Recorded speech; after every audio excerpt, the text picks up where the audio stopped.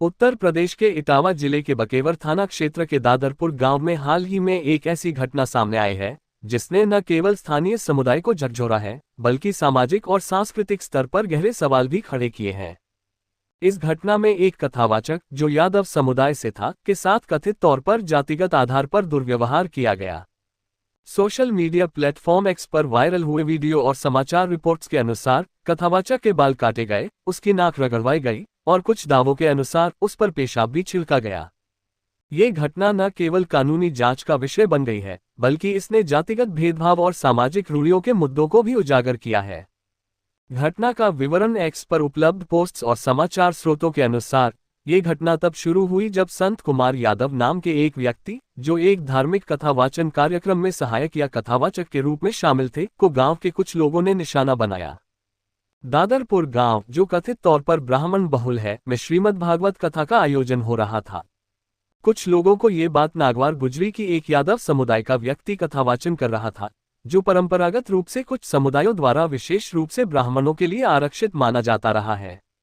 आरोप है कि गांव के कुछ लोगों ने कथावाचक को जबरन पकड़ा, उनकी चोटी काट दी और सार्वजनिक रूप से उनका अपमान किया।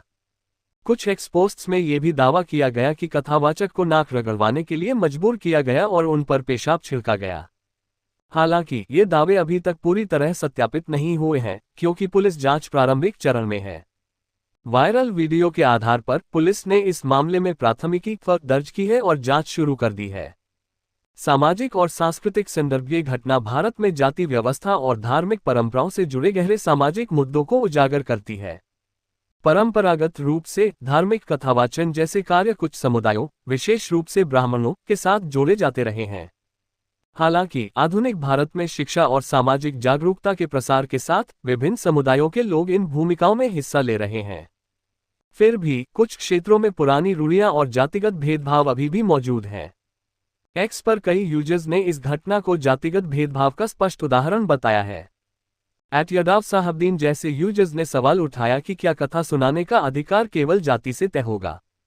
वहीं अनामिका अंडस्को ने इसे जाति विशेष के लोगों द्वारा किए गए अपमान के रूप में देखा जो यादव कथावाचक की सामाजिक स्थिति को स्वीकार नहीं कर पाए। दूसरी ओर कुछ पोस्ट्स में यह भी दावा किया गया कि यह घटना केवल जातिगत भेदभाव का परिणाम नहीं थी बल्कि इसमें निजी रंजिश भी शामिल हो सकती है। उदाहरण के लिए प्रधान 2704 ने उल्लेख किया कि कथावाचक का किसी स्थानीय परिवार के साथ पुराना विवाद था जिसके कारण ये घटना हुई। कानूनी और प्रशासनिक प्रतिक्रिया इस घटना के बाद पुलिस ने त्वरित कार्रवाई करते हुए प्राथमिकी दर्ज की।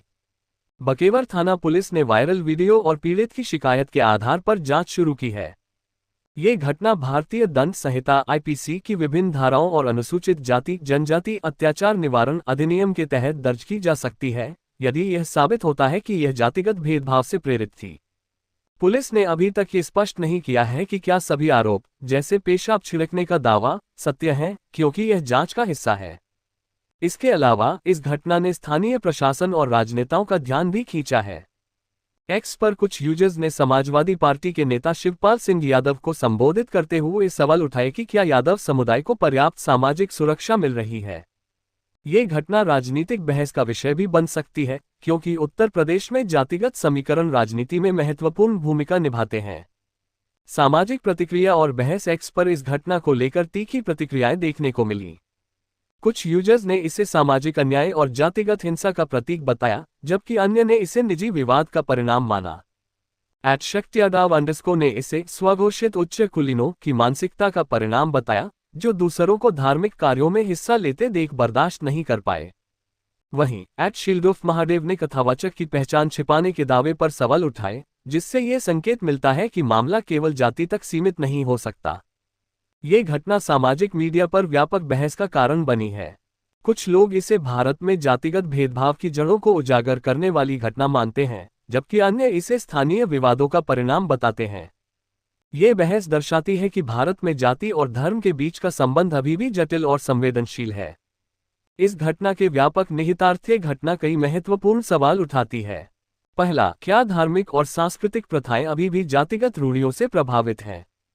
दूसरा, क्या सामाजिक जागरूकता और कानूनी ढांचे के बावजूद ग्रामीण भारत में जातिगत भेदभाव की जड़ें अभी भी गहरी हैं? तीसरा, क्या ऐसी घटनाएं सामाजिक सौहार्द को प्रभावित करती हैं और इनका समाधान कैसे किया जा सकता है। व्यापक निहितार्थ और सामाजिक प्रभावितावा की इस घटना ने न केवल स्थानीय स्तर पर विवाद उत्पन्न किया है, बल्कि यह भारत में जातिगत भेदभाव और सामाजिक असमानता के गहरे मुद्दों को भी उजागर करती है। ये घटना यह सवाल उठाती है कि क्या आधुनिक भारत में, जहां संविधान सभी नागरिकों को समान अधिकार देता है, जातिगत आधार पर भेदभाव अभी भी इतना प्रबल है कि यह हिंसक रूप ले लेता है। ये घटना ग्रामीण भारत में सामाजिक संरचना की जटिलता को दर्शाती है, जहां परंपराएं, रूढ़ियां और सामाजिक शक्ति संतुलन अभी भी लोगों के व्यवहार को प्रभावित करते हैं। जातिगत भेदभाव का यह मामला केवल एक स्थानीय घटना नहीं है, बल्कि ये देश भर में व्याप्त सामाजिक असमानता का एक लक्षण है। एक्स पर कई यूजर्स ने इस घटना को सामाजिक अन्याय का प्रतीक बताया, जो ये दर्शाता है कि शिक्षा और आर्थिक प्रगति के बावजूद कुछ समुदायों को अभी भी उनके पारंपरिक व्यवसायों या सामाजिक भूमिकाओं से बाहर निकलने पर प्रतिरोध का सामना करना पड़ता है। ये घटना ये भी दिखाती है कि धार्मिक और सांस्कृतिक गतिविधियों में हिस्सा लेने का अधिकार अभी भी कुछ समुदायों के लिए विवादास्पद हो सकता है। इसके अलावा इस घटना ने सामाजिक मीडिया के प्रभाव को भी रेखांकित किया है। एक्स जैसे प्लेटफॉर्म ने इस घटना को राष्ट्रीय स्तर पर चर्चा का विषय बना दिया, जिससे लोग अपनी राय व्यक्त कर रहे हैं। हालांकि ये भी देखा गया कि सोशल मीडिया पर कुछ दावे अतिशयोक्तिपूर्ण हो सकते हैं, जैसे कि पेशाब छिड़कने का आरोप, जो अभी तक जांच में सत्यापित नहीं हुआ है। ये दर्शाता है कि सामाजिक मीडिया, हालांकि जागरूकता फैलाने में सहायक है, लेकिन गलत सूचनाओं को भी बढ़ावा दे सकता है, जिससे सामाजिक तनाव और बढ़ सकता है। समाधान और भविष्य की दिशा इस तरह की घटनाओं को रोकने के लिए समाज में जागरूकता और संवेदनशीलता बढ़ाने की आवश्यकता है। सबसे पहले शिक्षा के माध्यम से जातिगत रूढ़ियों को तोड़ने की जरूरत है। स्कूलों और कॉलेजों में सामाजिक समानता और संवैधानिक मूल्यों को बढ़ावा देने वाले पाठ्यक्रम शामिल किए जाने चाहिए। ग्रामीण क्षेत्रों में सामुदायिक कार्यक्रमों के माध्यम से विभिन्न जातियों के बीच संवाद को प्रोत्साहित करना चाहिए, ताकि आपसी समझ बढ़े और पूर्वाग्रह कम हो। दूसरा, कानूनी ढांचे को और सख्त करने की आवश्यकता है। भारत में अनुसूचित जाति जनजाति अत्याचार निवारण अधिनियम जैसे कानून पहले से मौजूद हैं, लेकिन इनके प्रभावी कार्यान्वयन के लिए पुलिस और प्रशासन को और संवेदनशील बनाने की जरूरत है। इस मामले में पुलिस ने त्वरित कार्रवाई की, लेकिन जांच की गति और निष्पक्षता सुनिश्चित करना महत्वपूर्ण है। तीसरा, धार्मिक और सांस्कृतिक गतिविधियों को सभी समुदायों के लिए खुला करना चाहिए। कथावाचन जैसे कार्यों को केवल एक जाति या समुदाय तक सीमित नहीं रखा जाना चाहिए। धार्मिक नेताओं और संगठनों को इस दिशा में सक्रिय भूमिका निभानी चाहिए, ताकि यह संदेश जाए कि धर्म और आध्यात्मिकता सभी के लिए समान रूप से सुलभ है। चौथा, सामाजिक मीडिया के जिम्मेदार उपयोग को बढ़ावा देना चाहिए। एक्स जैसे प्लेटफॉर्म पर यूजर्स को तथ्यों की जांच करने और गलत सूचनाओं से बचने की सलाह दी जानी चाहिए। सरकार और गैर सरकारी संगठनों को डिजिटल साक्षरता कार्यक्रम चलाने चाहिए, ताकि लोग सूचनाओं का सही मूल्यांकन कर सकें। निष्कर्षितावा की यह घटना एक दुखद अनुस्मारक है कि भारत में सामाजिक सुधार की यात्रा अभी पूरी नहीं हुई है। ये घटना न केवल जातिगत भेदभाव की गहरी जड़ों को उजागर करती है, बल्कि यह भी दर्शाती है कि सामाजिक परिवर्तन के लिए सामूहिक प्रयासों की आवश्यकता है। शिक्षा, कानूनी कार्रवाई, सामुदायिक संवाद और जिम्मेदार मीडिया उपयोग इस दिशा में महत्वपूर्ण कदम हो सकते हैं। इस घटना ने ये भी दिखाया कि सामाजिक मीडिया की शक्ति को सकारात्मक दिशा में उपयोग किया जा सकता है, बशर्ते लोग तथ्यों पर आधारित चर्चा करें। ये समाज के लिए एक अवसर है कि वह अपने भीतर की कमियों को पहचाने और एक अधिक समावेशी और समान समाज की ओर कदम बढ़ाए। अंततः ये हम सभी की जिम्मेदारी है कि हम ऐसी घटनाओं को दोहराए जाने से रोकें और एक ऐसे भारत का निर्माण करें जहां हर व्यक्ति को उसकी योग्यता और कार्य के आधार पर सम्मान मिले, न कि उसकी जाति या सामाजिक स्थिति के आधार पर।